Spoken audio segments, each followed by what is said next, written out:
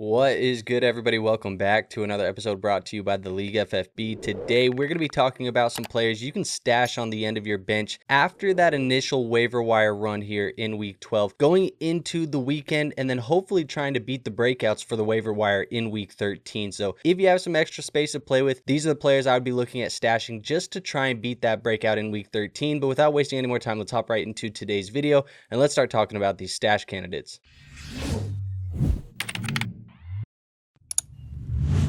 All right, now, as I always do, I'm going to give you guys a list of priority stashes. These players are above that 40% rostership threshold that we look at when we're trying to target some stashes. However, a lot of these players were talked about on the waiver wire episode this week. These are more so stashes if you were in a smaller league, maybe a less competitive league. It could be 8-man, 10-man, a work league, things like that. These are the players that I would just be double checking just to make sure that they get rostered because, like I said, they were talked about on the waiver wire episode earlier in the week. And that's Michael Wilson, Kenny Gainwell, Alec Pierce, Emmanuel Wilson, Sean Tucker, Darnell Mooney, Devin Singletary, and Bashal Tootin. We feel good about this list this week because a lot of these players were on last week's stash episode. So let's just kick it off with the first player that I have here in today's episode. It's going to be Zonovan Knight. Now, a little bit of a cheat because Zonovan Knight was on the waiver wire episode as well, but his rostership threshold has only hit 35%. So he's not really a player that's being picked up a lot this week. He's a player that I talked about in my running back episode yesterday when I talked about my weekly rankings and tiers, and I had him as a running back 3, somebody that you could play.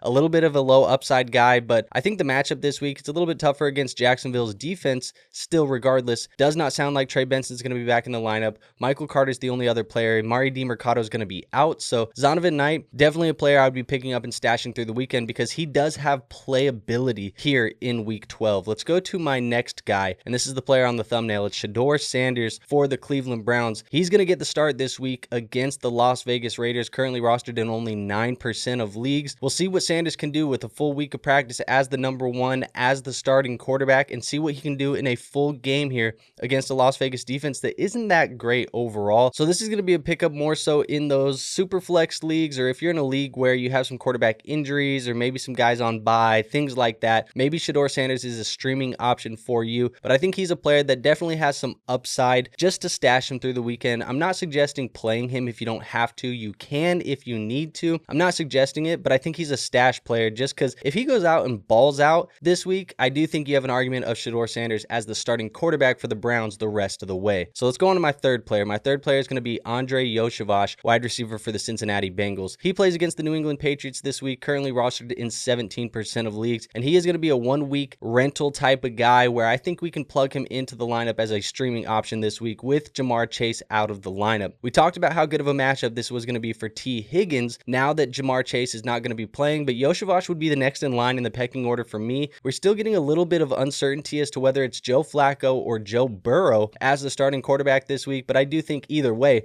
we're pretty happy with the quarterback play here in Cincinnati right now. So Iosivas, definitely a player you could pick up and play if you need to plug somebody into your lineup, and I think he has big play potential in this offense as well. Let's move on to my next player. It's going to be AJ Barner of the Seattle Seahawks. He is the only tight end here in today's episode, currently rostered in only 29% of leagues. He's coming off of one of his best games of the season last week. He gets a matchup here on the road at the Tennessee Titans and only rostered in about 29% of leagues. He's a player who's been flashing in this offense. We've obviously seen it be JSN and the JSN show here in Seattle, but Barner has been a sneaky player, I think, for fantasy football purposes. So if you're somebody who's playing in a tight end premium league, or maybe you're somebody who has a little bit of uncertainty at your tight end position, I think AJ Barner is certainly worth a pickup, and his playoff schedule is pretty nice for fantasy purposes as well. So definitely a sneaky stash to see if you can stack 2 of these big games together and then have some momentum going into that good playoff schedule overall. So let's go to the next player for me. It's going to be Mack Hollins, wide receiver for the New England Patriots. This is a player who gets that Cincinnati matchup. That Cincinnati matchup is pretty good for fantasy football purposes. I think we have Stephon Diggs very high in our rankings compared to consensus this week because of the matchup and because of how well Drake May has been playing.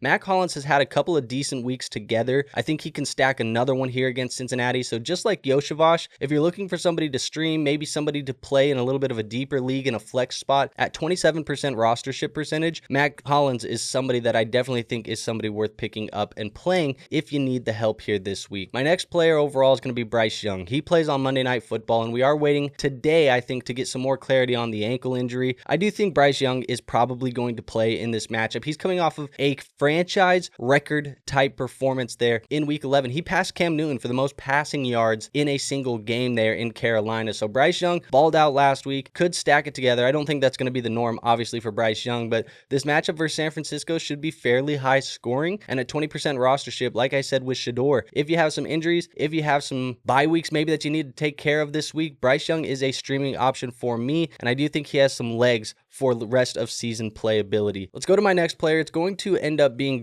Dortch, wide receiver for the Arizona Cardinals. Now, he's rostered in 12% of leagues, and obviously Michael Wilson is the player that we talked about ad nauseum last week and going into this week as the waiver wire pickup of the week, or one of the top waiver wire pickups of the week. Dortch also had a good game last week. Obviously, it took a ton of throwing opportunities and completions and passing attempts and all of those things for a guy in Jacoby Brissett. But Dortch, with Marvin Harrison Jr. out of the lineup again this week, should have an opportunity, or at least some increased opportunities similar to what he had last week, where some production could come his way. So if you're looking for another streaming option, this is kind of the theme of today's episode, I guess, for the wide receivers, is those 1 week rental fill-ins due to injuries, suspensions, things like that. Dortch is another name you could look at if you're in a deep league, if you're in a desperate spot. Let's go to this pickup. It's Brian Robinson Jr. And now we're going to enter the part of the episode where we're really looking at stashing handcuffs for the fantasy football playoffs. The rest of the names here are all high-end handcuffs that I think could have league-winning potential if the injury bug came and visited the starting running back in front of them. Brian Robinson is one of those guys at 36%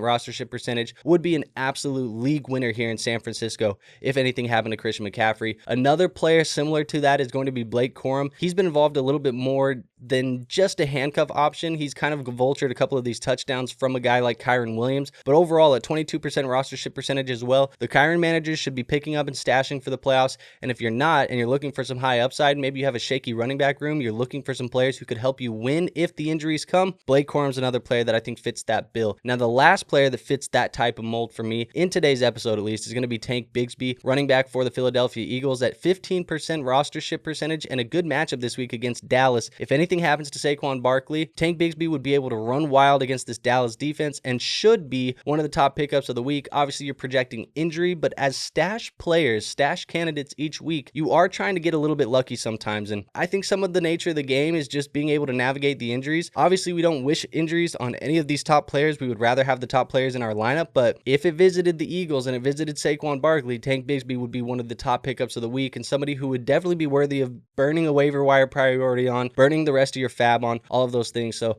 I think Tank Bigsby, just stash him going into the weekend, especially in a positive matchup here against the Dallas Cowboys. All right, so there you have it. That is 15 plus players, if you count the priority stashes, that you could potentially be looking at adding to the back end of your bench as we head into week 12 of the fantasy football season. As always, if you found something today informative, entertaining, or actionable, do me the favor and hit that like button. It is the best free way to show this channel some support. Also, make sure you guys are subscribed to this channel. We got rankings every week, waiver videos every week, Q&As, all of that good stuff to try and help you guys win your fantasy football championships. And last but not least, make sure you go join our free Discord. We do have a free Discord linked in the description, helping you guys with those fantasy football teams 24/7, 365. But with all of that being said, I have nothing else for you guys today, so I will see you on our next episode. But until then, peace out.